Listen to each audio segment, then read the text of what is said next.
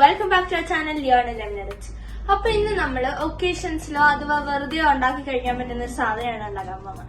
അതാണ് ഗീ റൈസ് അഥവാ നെയ്ച്ചോറ്. അപ്പൊ അതെങ്ങനെ ഈസി ആയിട്ട് സിമ്പിൾ ആയിട്ട് ഉണ്ടാക്കണ്ടേന്ന് നമുക്ക് നോക്കണ്ടേ? കമോൺ. ഗീ റൈസ് ഉണ്ടാക്കാനായിട്ട് ഞങ്ങൾ എടുത്തിരിക്കുന്നത് ബസ്മതി റൈസ് ആണ്. പിന്നെ അതിന് വേണ്ട ആവശ്യ സാധനങ്ങൾ: കാഷ്യൂനട്ട്സ്, കിസ്മിസ് അഥവാ ഡ്രൈഡ് ഗ്രേപ്സ്, ഗ്രേറ്റഡ് ക്യാരറ്റ്സ്, ഉള്ളി നമ്മൾ ഫ്രൈ ചെയ്യാനാണ് എടുക്കുന്നത്.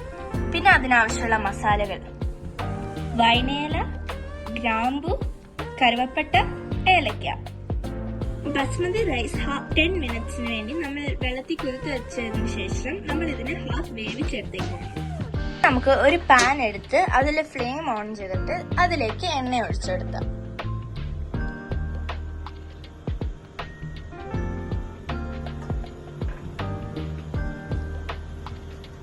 എണ്ണ ഒഴിച്ചു കൊടുത്തതിനു ശേഷം അതിലേക്ക് നമ്മൾ നേരത്തെ എടുത്തു വെച്ചിരുന്ന കാഷ്യൂനട്ട് ഇട്ട് കൊടുക്കാം.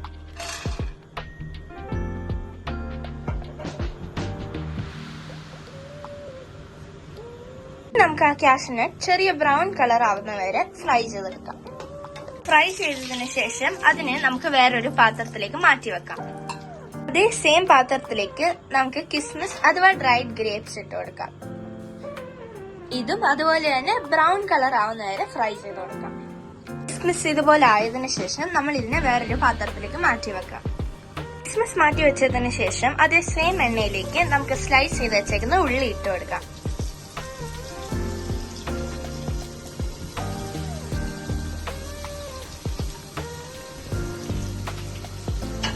ഇനി അതിലേക്ക് കുറച്ച് ഉപ്പിട്ട് കൊടുക്കാം.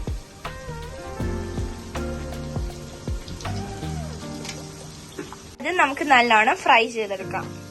ഇത് ബ്രൗൺ ആയതിനു ശേഷം അതിലേക്ക് നമുക്ക് 1 സ്പൂൺ പഞ്ചസാര ഇട്ട് കൊടുക്കാം. പഞ്ചസാര ഇടുന്നത് അത് വെറും ഒരു ടേസ്റ്റിന് വേണ്ടിയാണ്. ഫ്രൈ ചെയ്തതിനു ശേഷം അതിനെ നമുക്ക് വേറൊരു പാത്രത്തിലേക്ക് മാറ്റി വെക്കാം. മാറ്റി വെച്ചതിന് ശേഷം ഇതിലേക്ക് നമുക്ക് ഗ്രേറ്റഡ് ക്യാരറ്റ് ഇട്ട് കൊടുക്കാം. നമുക്ക് അതിലേക്ക് ഇച്ചിരി ഉപ്പിട്ട് കൊടുക്കാം. ഉപ്പിട്ടതിന് ശേഷം അതിനെ നല്ലോണം വഴറ്റിയെടുക്കാം.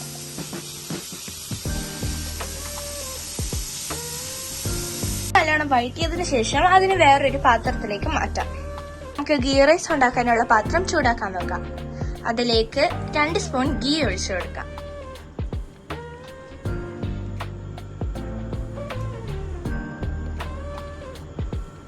നമുക്ക് അതിലേക്ക് മസാല കൂട്ടിട്ട് കൊടുക്കാം. ഗ്രാമ്പു, ഏലക്ക, പട്ട ആൻഡ് വൈനയില. ചൂടായതിനു ശേഷം അതിലേക്ക് ഉള്ളി മുറിച്ചത് ഇട്ട് കൊടുക്കാം.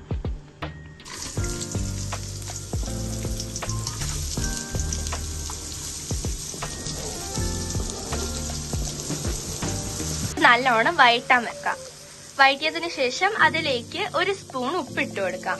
വഴറ്റിയതിനു ശേഷം അതിലേക്ക് നേരത്തെ വഴറ്റി വെച്ചിരുന്ന ക്യാരറ്റ് ഇട്ട് കൊടുക്കാം. ഇനി ഇതെല്ലാം കൂടി നല്ലോണം മിക്സ് ചെയ്തെടുക്കാം. നമുക്ക് നേരത്തെ വേവിച്ചിരുന്ന ബാസ്മതി റൈസ് ഇട്ട് കൊടുക്കാം. ഇതിലേക്ക് നമുക്ക് 1/2 കപ്പ് ചൂടുവെള്ളം ഒഴിച്ചു കൊടുക്കാം. ഇനി നമുക്ക് അതിലേക്ക് കുറച്ച് ലെമൺ പിഴിഞ്ഞത് ഇട്ട് കൊടുക്കാം. നമുക്ക് 10 മിനിറ്റ് അടച്ചു വെച്ച് വേവിക്കാം. ഇതിപ്പോ നല്ലോണം വെന്തിട്ടുണ്ട്.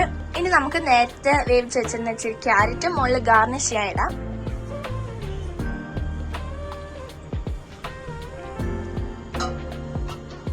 അതുപോലെ തന്നെ നമ്മൾ നേരത്തെ ഫ്രൈ ചെയ്ത് വെച്ചിരിക്കുന്ന കിസ്മിസ്, കാഷ്യൂനട്ട്,